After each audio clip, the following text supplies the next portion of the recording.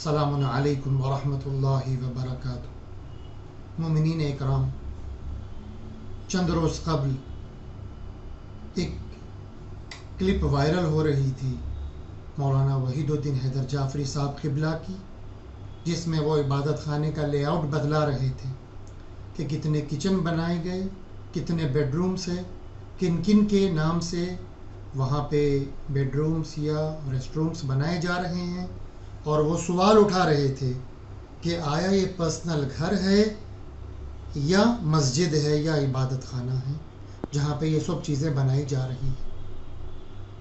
میں کہوں گا یہ مولانا بھی جانتے ہیں اور ان کے چاہنے والے بھی جانتے ہیں، چونکہ انہیں مجلس کرنے کا موقع دیا گیا تھا تب وہ خود جا کے دیکھ چکے ہیں عبادت خانہ کیسے بنا ہے، کچن کتنے ہیں اور دیگر چیزیں کیا کیا بنائی گئی ہیں۔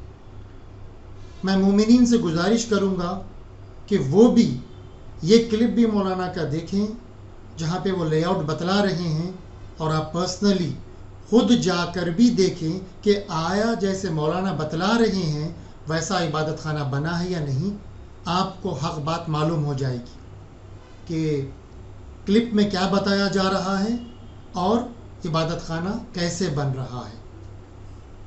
مومنین کو یہ بھی بتلا دوں میں کہ وہ تمام چیزیں وقف بورڈ میں بھی سبمٹ کی گئی ہے، کیسے بنایا جا رہا ہے، کتنے اسکوائر یارڈز پر ہے، کن کن کی پراپرٹی کو مرج کیا گیا، اور وقف کے قوانین کے مطابق ہر چیز کو واضح طور پر تکمیل کیا گیا ہے، اور وہی ہائی کورٹ میں بھی سبمٹ کیا گیا ہے۔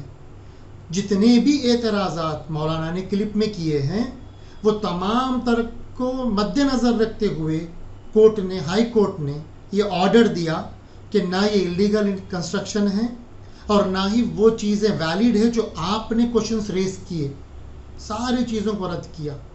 پوائنٹ 5 سے پوائنٹ 20 تک اگر آپ پڑھیں گے تو آپ کو واضح طور پہ معلوم ہو جائے گا کہ کن کن چیزوں کو ہائی کورٹ نے کنسیڈر کیا اور ان کی کتنی باتوں کو رد کیا۔ مولانا جہاں پر اللیگل کی بات کرتے ہیں تو وہاں بورویل جو پبلک کے لیے بنایا گیا تھا آپ نے اپنے لیے خاص رکھ لیا، کیا یہ جائز ہے آپ کے لیے؟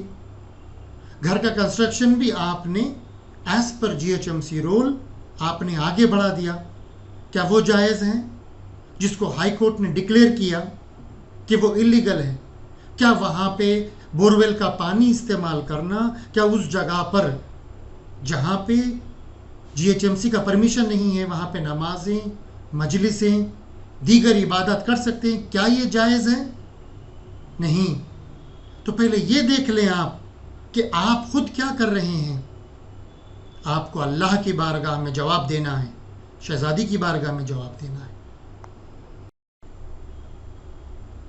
آپ نے جو مثال دی خوشی منانے کی، جس میں امام حسین علیہ السلام کا نام لیا اور یزید لعنتی کا نام لیا، اور یہ مثال دیتے ہوئے آپ نے کہا کہ وہ خوشیاں منا رہے تھے، پٹاخے جلا رہے تھے، اس طریقے سے خوشیاں منا رہے تھے جیسے آپ نے مثال دے کر کہا معاذ اللہ و نعوذ باللہ، امام حسین کو جیسے شہید کر کے یزید اور اس کے لشکر والے خوش ہو رہے تھے، معاذ اللہ و نعوذ باللہ۔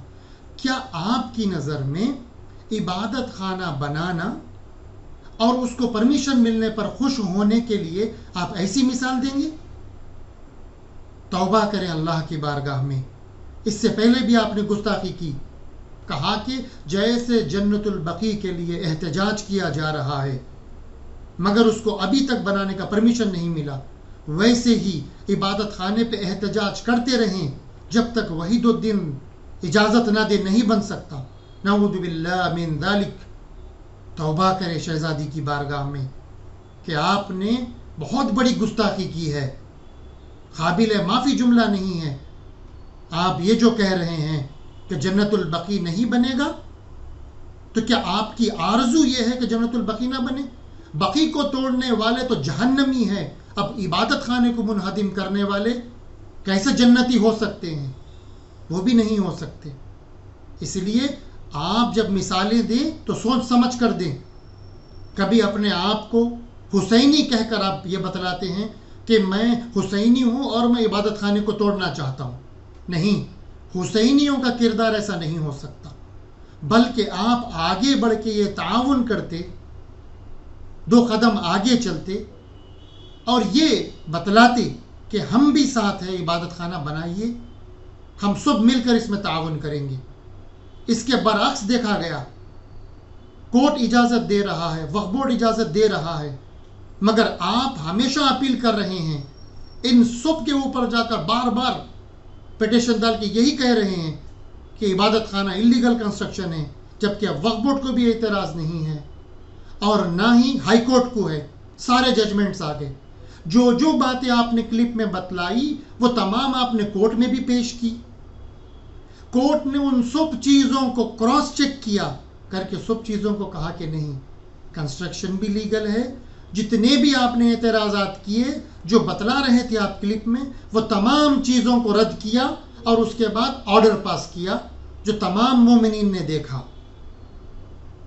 آپ ہمیشہ عبادت خانے کے معاملے میں اور دوسرے معاملات میں کیوں ایسے بڑھ چڑھ کے رکاوٹیں پیدا کرتے ہیں کہ خوشیاں جو منائی جا رہی ہیں، اس سے مراد یہ ہے کہ عبادت خانہ ہمارا مرکز ہے جو دارالشفا میں بن رہا ہے، جس سے ہماری پہچان ہوگی کہ ہم سب ایک جگہ ہوں گے. ایک بہت ہی وسیع خوبصورت پیمانے پہ بنایا جا رہا ہے.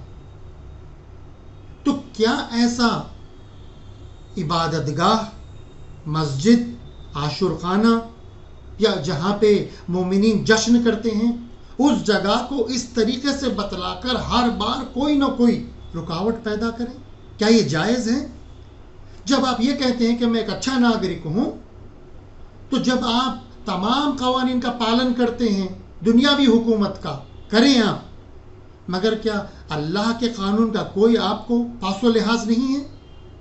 تو پھر جب یہ عبادت خانہ بن رہا ہے، مجلس عزا ہو رہی ہے، نمازیں ہو رہی ہے، منشا وقف بھی نہیں بدلا ہے، تو پھر آپ کیوں اتنا اصرار کر رہے ہیں، ایڑی چوٹی کا زور لگا رہے ہیں کہ عبادت خانے کو توڑ دیا جائے؟ ایسا نہیں ہوگا، بلکہ اللہ جو چاہا وہ ہوگا. جنت البقیع بھی بنے گی انشاءاللہ تعالی، عبادت خانہ بھی بنے گا. چونکہ اگر انسان خالص نیت سے اگر کام کرے تو اللہ مدد کرتا ہے. تو وہ چیزیں جذبات میں آ کر یا کچھ اور فیلنگس رکھ کے اگر آپ کوئی چیز کو کمنٹ کرتے ہیں تو پھر تجزیہ اس کا غلطی ہوتا ہے. یہ عمومی بات ہے، ہر انسان کے لیے یہ بات. میں گزارش کرتا ہوں کہ ایسی چیزوں سے باز آ جائیں جس سے فتنہ و فساد ہوتا ہے. آپس میں اتحاد و اتفاق رکھیں، محبت و خلوص ہو، چونکہ ہم سب مولا کے چاہنے والے ہیں، سب کا مقصد ایک ہے. بس چھوٹی سی باتوں کو لے کر جس کو ہم سمجھ رہے ہیں غلط، نہ ہی وقف کی نظر میں غلط ہے نہ کورٹ کی نظر میں غلط ہے، بس آپ سمجھنے سے نہیں ہوتا بلکہ نظریہ بدلنا ہوگا.